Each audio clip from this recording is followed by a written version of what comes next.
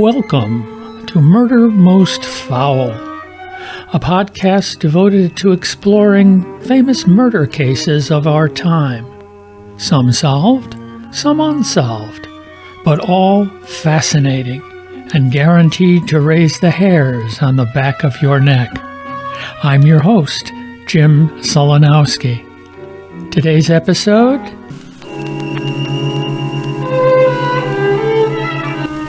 NCIS Cold Case File.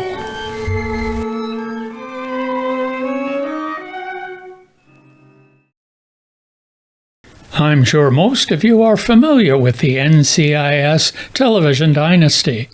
Some of you may have the impression, though, that the entire agency is made up entirely of Leroy Jethro Gibbs and a handful of agents and wacky support staff. Au contraire. NCIS has many divisions, staffed by hundreds of agents. One of those divisions is the NCIS Cold Case Homicide Unit, or CCHU. My guest today, Joe Kennedy, established the CCHU in 1995. The unit was the first dedicated federal-level cold case homicide unit in the nation. The unit's investigation methodology and protocol was developed after extensive research and analysis and has been recognized by the International Association of Chiefs of Police for quality and excellence. Hey, Jim, you got me? I gotcha. All right. I hope you don't mind. I just thought I'd pop up there, our friends from NCIS. Oh, wow. Okay. Yeah, got them. No, I'm going to take that down. That's just a little... Oh, that's okay. No, that's hilarious. Yeah.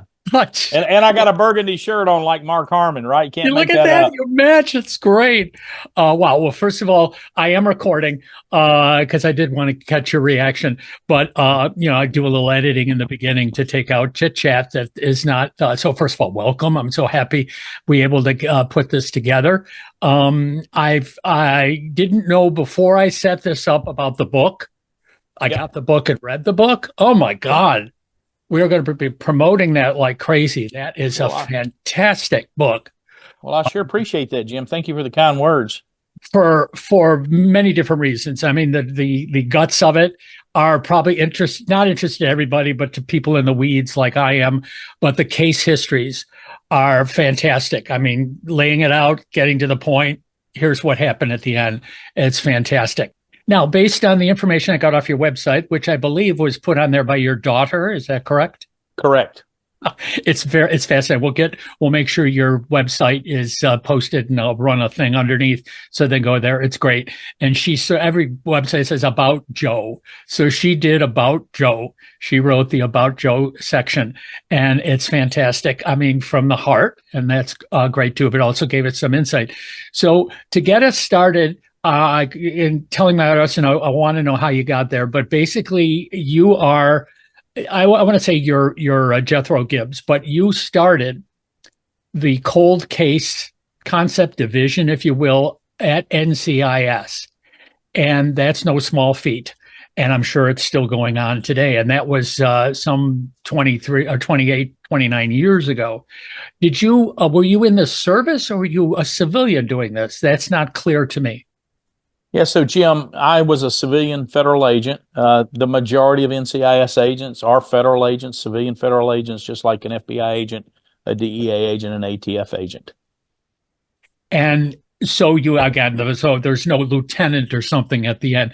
And when you then retired from that, you didn't then go into official law enforcement. You did investigative work. Is that correct? Or did you then go into any kind of police force or anything after your time at NCIS? So I retired in 2014, Jim. And what I have done since then is I actually run the Carolinas Cold Case Coalition.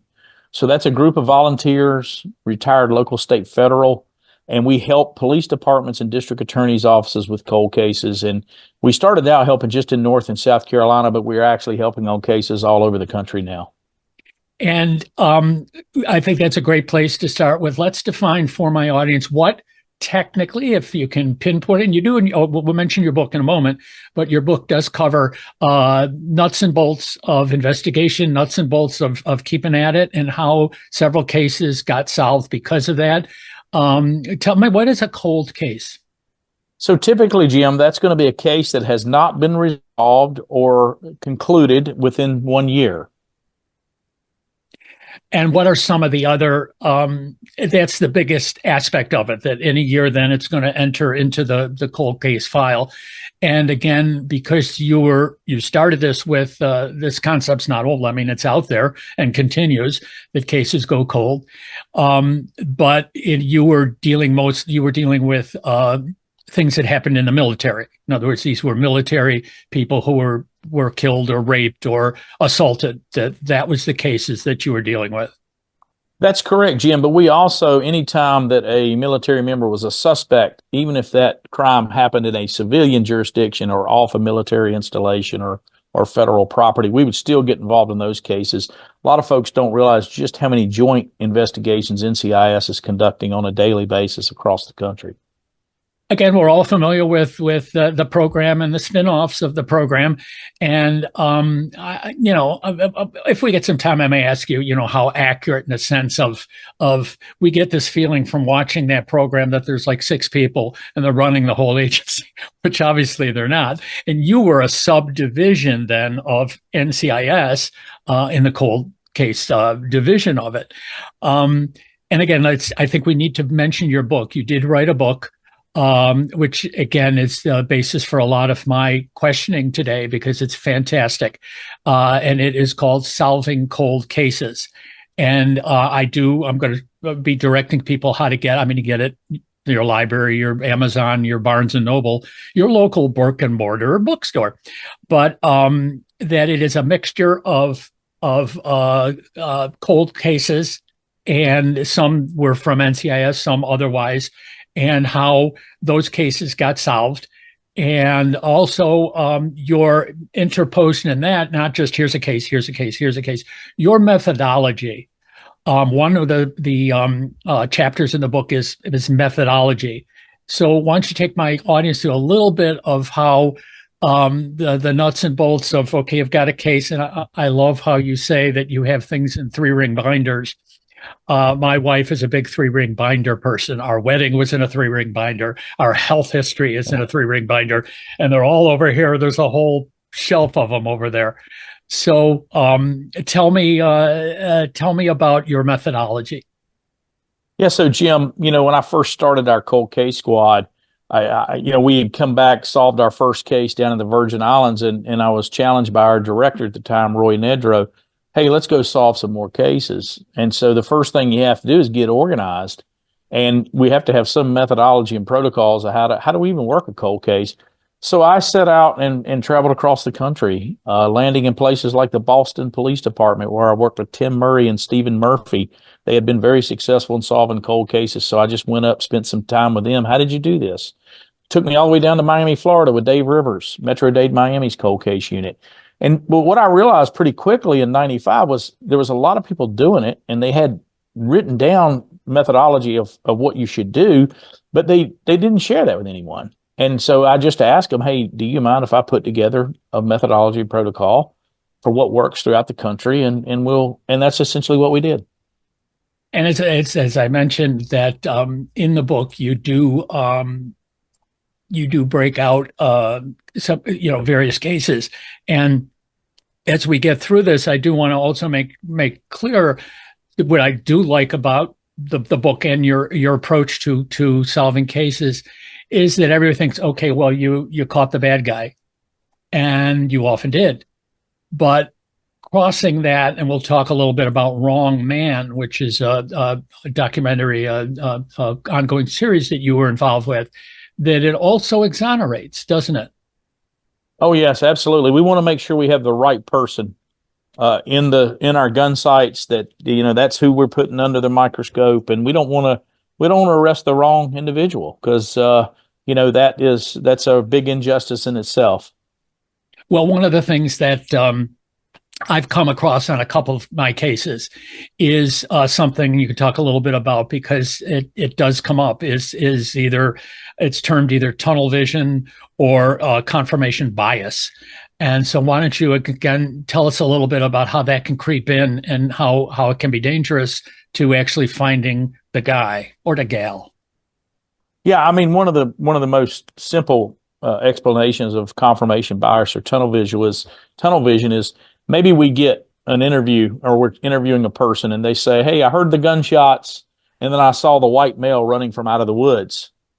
And the assumption is that's the suspect. Well, maybe it's just someone back there, cutting firewood, and they got scared and ran out of the woods because they heard the gunshots. So these are how cases can sometimes get off track.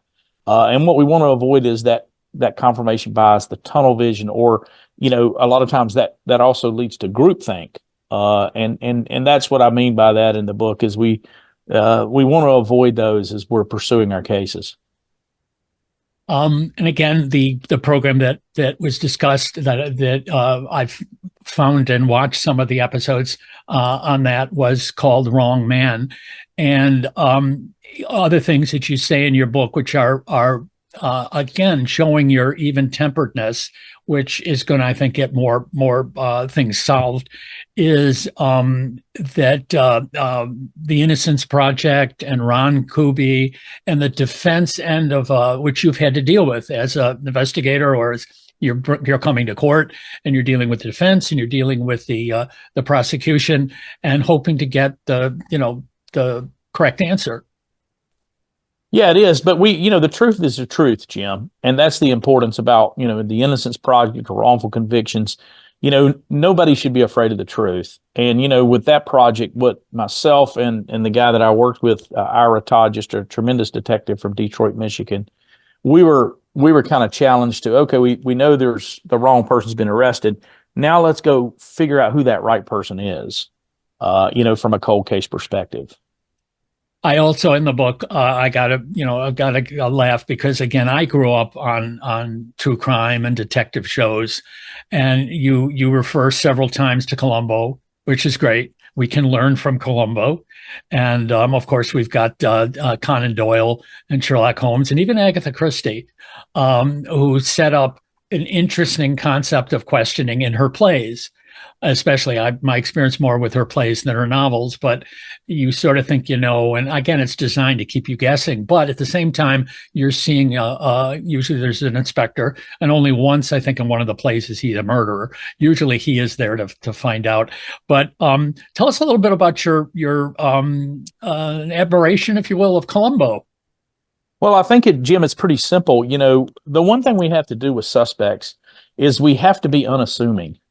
We cannot give them the impression that we don't care about them, and we can't also give them the impression that we're trying to trick them. There's a fine line between motivating people and manipulating people. And I think what Columbo did was he motivated people who confess, right? And so that's the approach that I've taken in many of my cases. I learned very early that, you get more with honey oftentimes than you do with threats or promises or anything like that. And I think, it's served me well in my career to just try to treat people with dignity and respect, but always in the back of your mind, how would Columbo have done this to gain the intimacy with folks in the way that he did? A lot of people wouldn't think of it in that word, but I think he did a great job of creating intimacy with folks to ultimately get them to betray themselves. And I have done more than one interview with police who, one of them is a female. It goes on my brain. All these, I've done too many of these, but where it's basically this investigation, and it's called I call it the interrogation, and she is questioning the suspect over a period of maybe 2 or 3 days, and it's fascinating. By pretty much, and she would, she wrote the book, so she's doing the narration of what she felt when she left, and what she would talk about, and how she felt she'd go into the next interrogation. One of the things too that you point out, and everyone, again, going back to Mr. Gibbs there, that the cooperation that you mentioned, and the different agencies all working together. That's also on regular, not NCIS, but regular police as well, investigators, FBI. And again, we've got computers now, which is great. We can do all that stuff, instant contact and that we didn't have years and years ago. And in your book, you even mentioned, I think there was a case where you're involving the Scotland Yard. Yeah, absolutely. And think of it like this, Jim. Teams solve murders, not individuals. We may, as an individual, we may miss something, right? We're only as good as our life experiences and what we did growing up. Some detectives have no knowledge of a particular subject matter, and then the next person walks into the room. Oh yeah, this is why it's that way. So I think for me, it's always been about the team over the individual, because I have learned that's what solves murders is a lot of different thought processes. Now, you talk about teams working together, and one that I'm very fascinated with, and you did use, and you do cover in the book, both the team and the group, is the VDOC Society.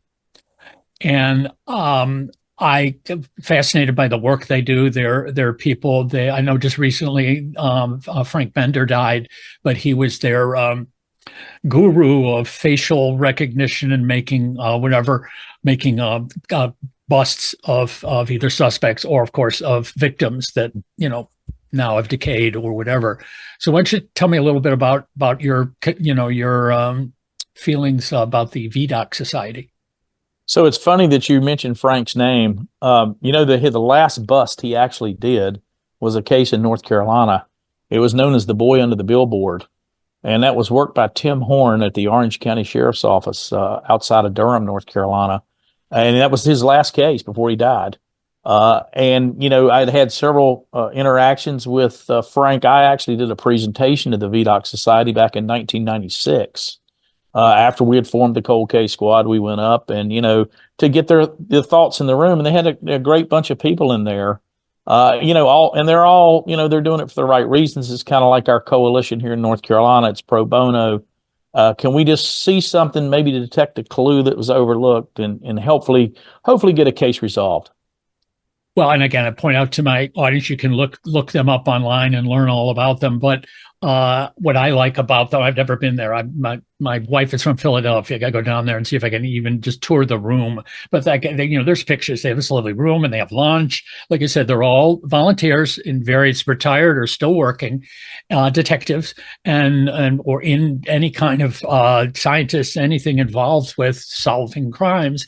And they meet in a very casual way, and they'll take a case. It's like anything else. There's only so many cases they can take, and they've solved them. And some have just, this is what we find, and they give it back to the investigators. And that again, what's fascinating about them is that they're able to see things, like you said, the team concept that I don't think we can hammer home enough, that I'm interviewing you to share that experience with my audience. And it is an amazing team effort. You do mention in your book too, that and I think that's a Columbo thing too, a stick-to-itiveness. What do you attribute? Because after a while, I'm working on some kind of project and I'm just, I can't do this right now. I'm going to go away from it. And the things I do don't involve people who have been murdered, butchered horribly. And you're dealing with, obviously you deal with the families. You've got to investigate through questioning the family. Why don't you share a little bit with my audience about the technique of how do you elicit information from someone who is not maybe a witness, but also a relative or close acquaintance of someone who's been murdered? Well, the first thing, Jim, is we have to let those people know we have compassion, and they have to see that we have that genuine interest in people, right? We're here because we like people. We're trying to solve this case so that this family can maybe get some resolution. But for us, that's the number one thing, is can we show people we're compassionate? Now, while we're doing that, they also need to realize or understand or be able to determine that we are competent at what we're doing. Hey, we actually know how to do this. And then lastly is our character. Can they trust us? Can we ultimately, so it's like the 3 C's. we're compassion. We have compassion for them. They see that. They also see we're competent investigators. But then lastly, it goes that step to where, you know what, I trust you to go ahead and share that information because you've got good character. You've demonstrated to me your character matters. One of the things, obviously, we're going to talk about a few when we get to a point. I want to get 3 or 4 cases I marked down here. If you can remember them, we'll go through them because I found them fascinating. And if not, just some of yours that, again, I have to point out, and I will point out, people can go to your website to find this out. You do lectures, you do speeches all over, you do this kind of thing all over. So, we can't cover all the amazing things that you have seen in your life and, the wealth of knowledge that you can impart. Some of it just for us, guys that have nothing to do with law enforcement, just love this kind of thing. And one of the things, again, that's made this come forward more and more, and you do point out in your book, and it's there, is that the interest in true crime is exploded, and that's exploded with cable TV and all that. So they've needed to fill, but from going back 2020, Frontline, all these programs, and People Magazine now has gotten into doing a whole, they'll do every once in a while, they do a whole case that takes several pages in their magazine. So everyone likes true crime now. But one of your tools that have come along, of course, that is within the last 20, 30 years, maybe, is DNA. Let's talk a little bit about how DNA has revolutionized what you're doing. Yeah, the real game changer, Jim, is the explosion with forensic investigative genetic genealogy, i.e. the Golden State Killer. That's where many folks reference back to that as being one of those earlier cases where it was used. The 4 college students that were killed in Idaho recently, that's what solved that case. And, what we're essentially dealing with is DNA. The technology has gotten so good that we're able to actually take DNA that is degraded, maybe it's been damaged, and kind of repair it to where it's readable. And we're looking for that maternal, paternal bloodline, ultimately trying to find a surname, last names, and a common ancestor. And so what you'll see is, the detectives are kind of taking a back seat on cold cases today and receiving direction from what started out just being genealogists, and now they've specialized to being forensic genealogists, and they are providing us investigative leads. Okay, I think it's, your killer is in this bloodline and this particular family, and here's where they live, and here's where here's where the country of origin. And so it's just a really totally different way of investigating cases than what we were doing just 5 years ago.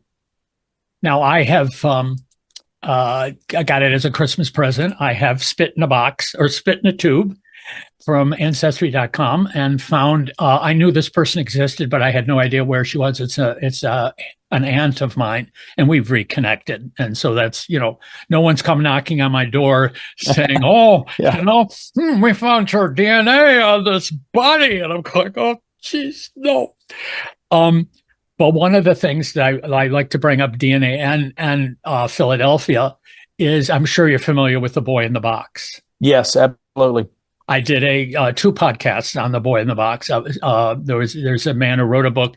He, how people get into this thing, they get into Ted Bundy, or they, as a author, or even just, somebody out there interested in it.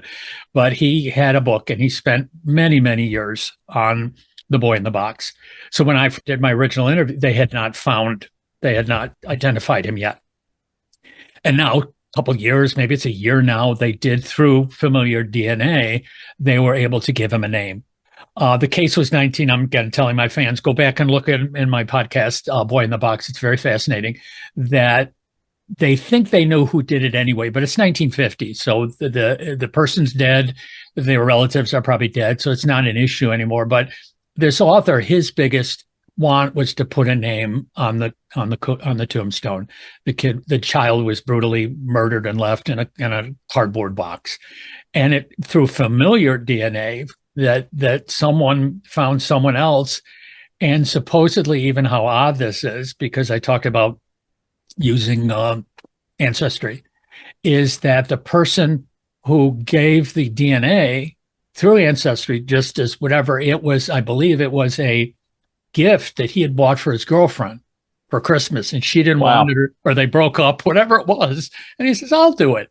And he connected, as again, not the murderer, but he connected by his DNA to, and then they were able to trace backwards to the parents were still alive, and they were able to trace back, and they didn't know this happened. They had given him up. He was adopted, so they didn't know any of this had happened. So DNA does, not only find criminals, but it does help us have closure for people who, have been lost.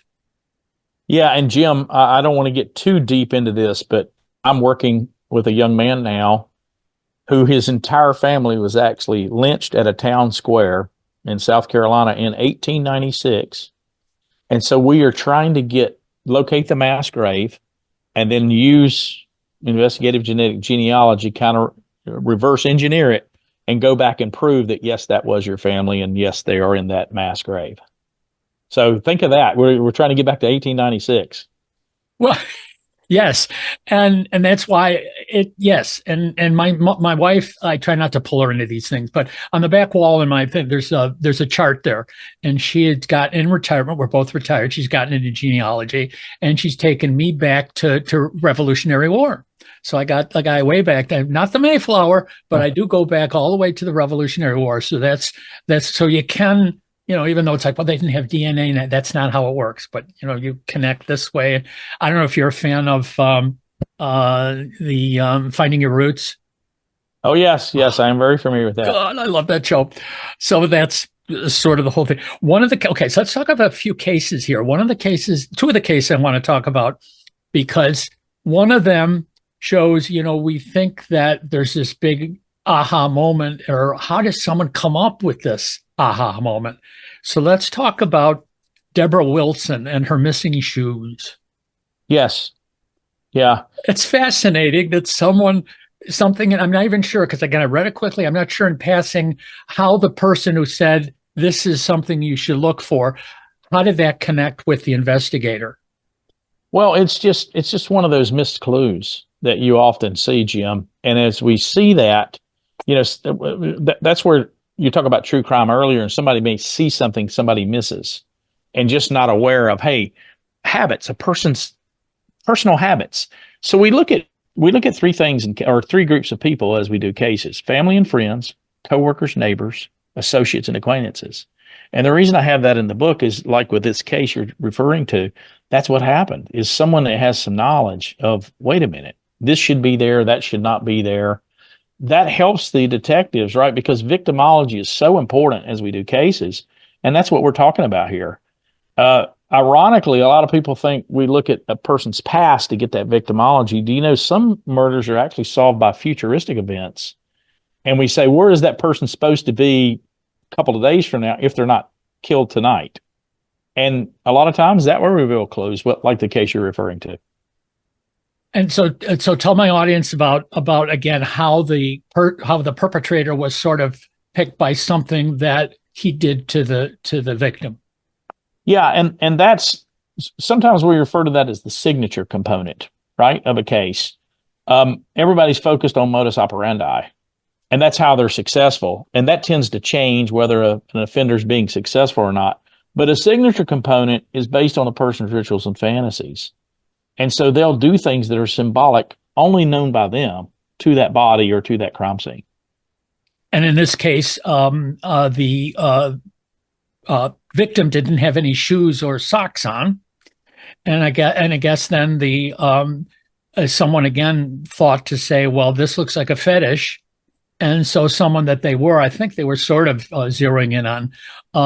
They went back and there was nothing in there. I think they were in the service, but there was nothing in their dossier, if you will, or their application or their background check that showed. But they were in prison for stealing.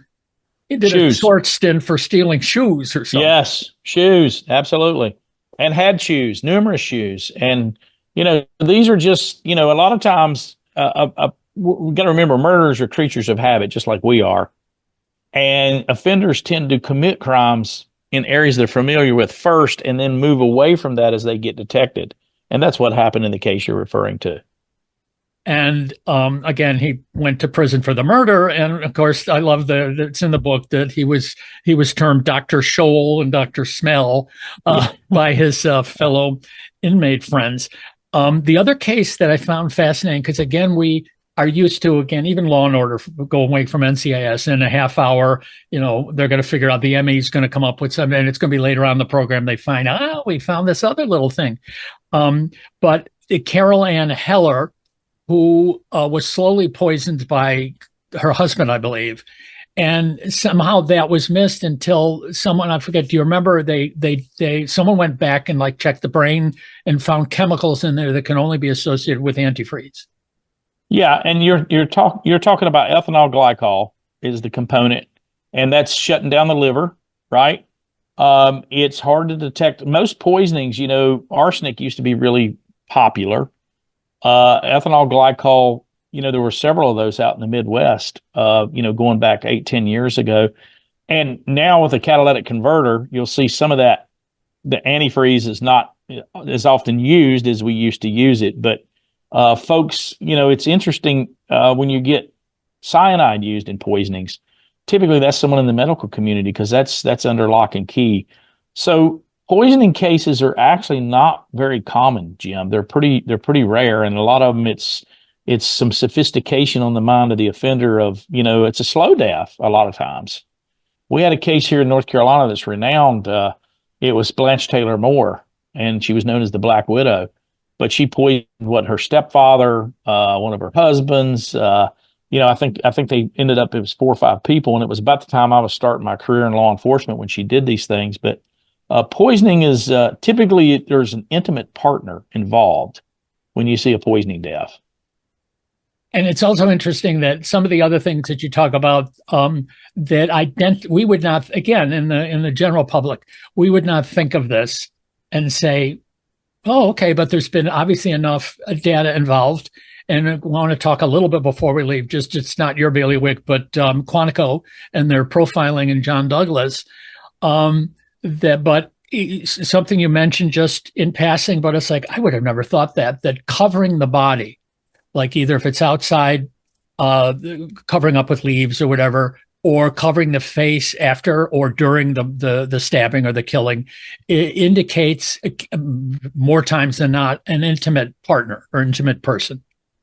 Yeah, 2 things. There's some prior relationship, but when we see a face covered specifically, that gives us great enthusiasm as investigators because we know there's remorse there.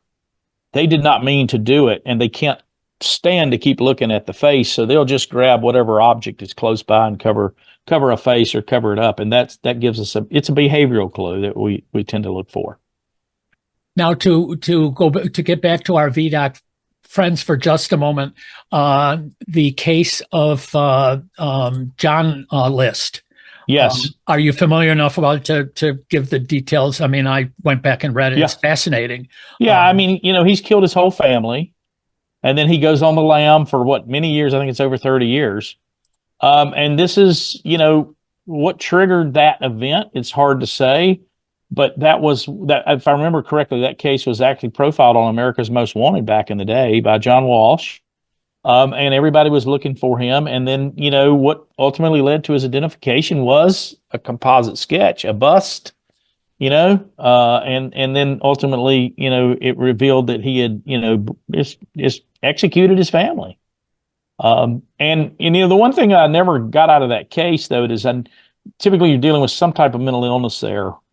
And I'm not sure what his issues may have been earlier in life, but when you see those mass killings like that, particularly of your family, that tends to tell me there's some mental illness issue that's percolating. Now, just because that you bring it up, and I know that's not part of what you got your focus, which is investigation, right. Yep. Not trying to figure out why there's Ted Bundy, why there's whatever, but you're dealing with death and you're dealing with violent death. And some of it, clearly the guy, whoever it is, guy or gal, is schizophrenic or something, and they're banging their head against a wall. But more people like Ted Bundy went with a regular life. Does this get into your head? Do you ever just like, I put that aside. I can't even think about why they did it. I know they did it, or I think they did it, and now I've got to prove they did it. Yeah, I mean, what we tend to do as investigators, Jim, is compartmentalize our lives.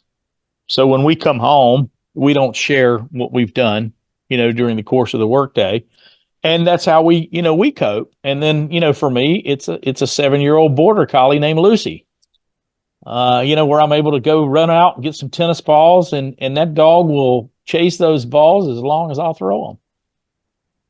Just to end, that might be a little confusing to the audience, so I want to make clear on that. How VDOC and the bust enters into this is that List, as you said, he did it when he was younger and then disappears for many years. So they kind of are focusing on him, or at least they want to find him. Or maybe, again, I'd have to go back and look on the America's Most Wanted. Did they decide it was him? So then they did an age progression. Yes. First with a sketch, and Yes. then I believe it was Bender who then It was. made the bust. And that I'm going to probably post a couple of those pictures here as a picture over on our interview, because it's fascinating that that's what he did. That's what Bender did. And he's not the first to have done either by a sketch or by, and they certainly, for the boy in the box, they had a good sketch.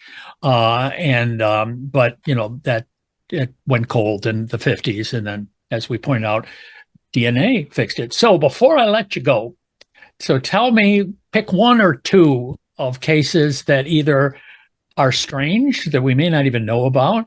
But that's what I have to point out, which is great in your book. You didn't go after Bundy. You went over people we don't know. And so we are approaching it like you did. It's not world famous. But again, victims, most of them in the military, in the Navy. So tell us a couple of cases that sort of interest you that you want to share. Yeah, I got to say, the very first case that we solved at NCIS really, kind of pulls at my heartstrings, because his name is Dana Bartlett. He's a naval aviator. His ship pulls into St. Thomas. He goes to use a payphone to call his wife, and he is just brutally attacked and beaten with a baseball bat that has nails driven through the end of it. Then he's shot in the head. He lives long enough to tell the first responders, give descriptions of the suspects. But then he dies the next morning from bleeding on the brain. And his wife, just a beautiful lady.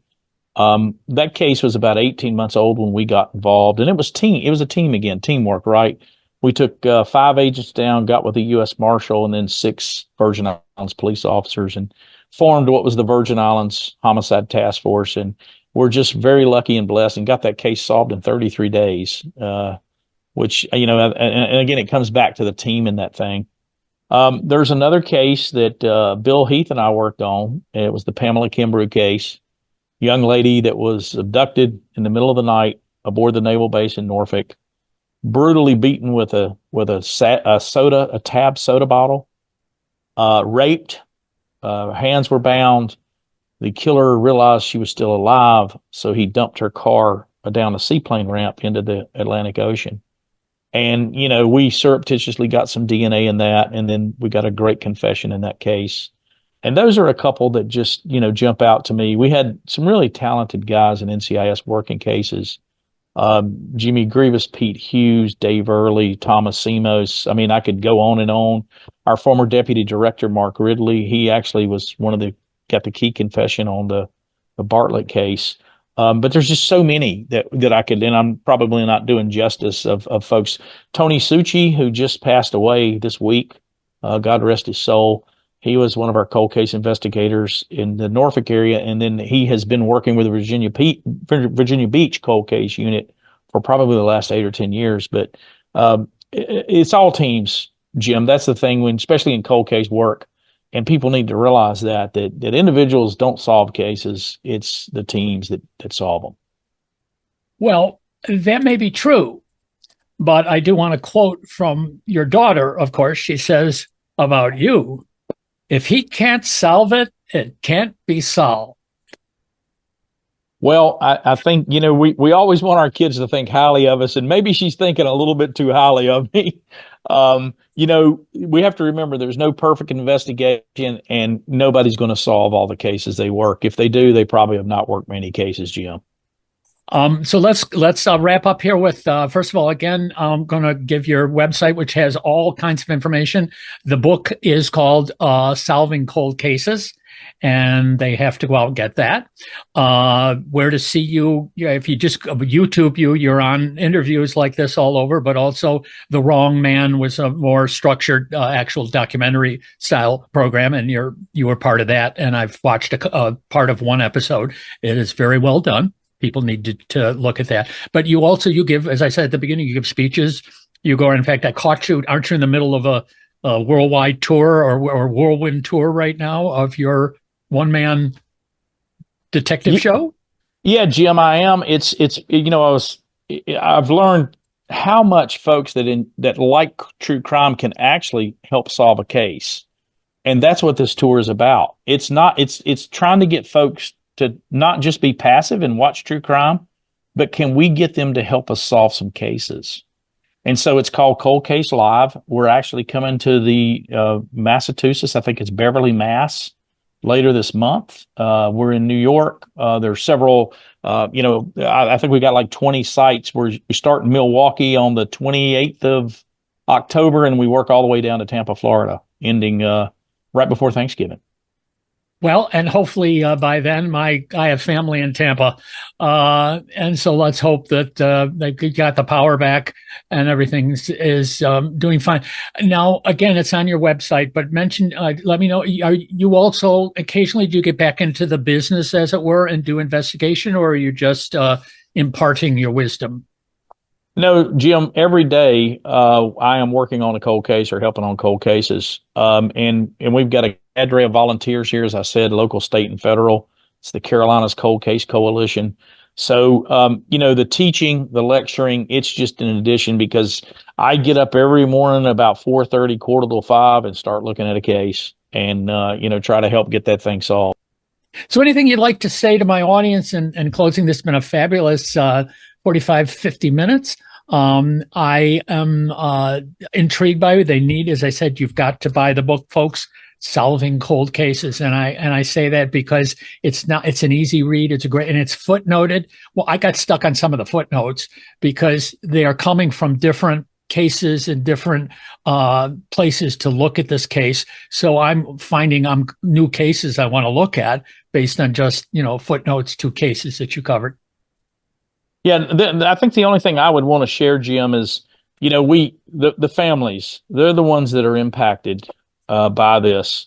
And I have seen, time and time again, just the profound negative effect that a cold case has on the survivors of that not knowing. It's, and I've never, had anyone that's been murdered, so I don't know. I can't relate, but I've worked with a lot of folks that have. And they constantly say, if I just knew what happened. Well, we know that in a lot of cases, there is someone who does know. And so if that person maybe is listening to your podcast today, if you do have any knowledge of a cold case, please let somebody know that, an authority figure, a cold case unit, a police department, sooner than later. If you see something, say something. Great quote, Jim. Great quote. So I'd like to thank you folks for kindly tuning in for another episode of Murder Most Foul. If you liked what you heard, I hope you'll tell your friends. Information about the podcast and an email link that can get a message to me can be found at the podcast's website. The address being www.murdermostfoul, all one word, no caps, no spaces.com.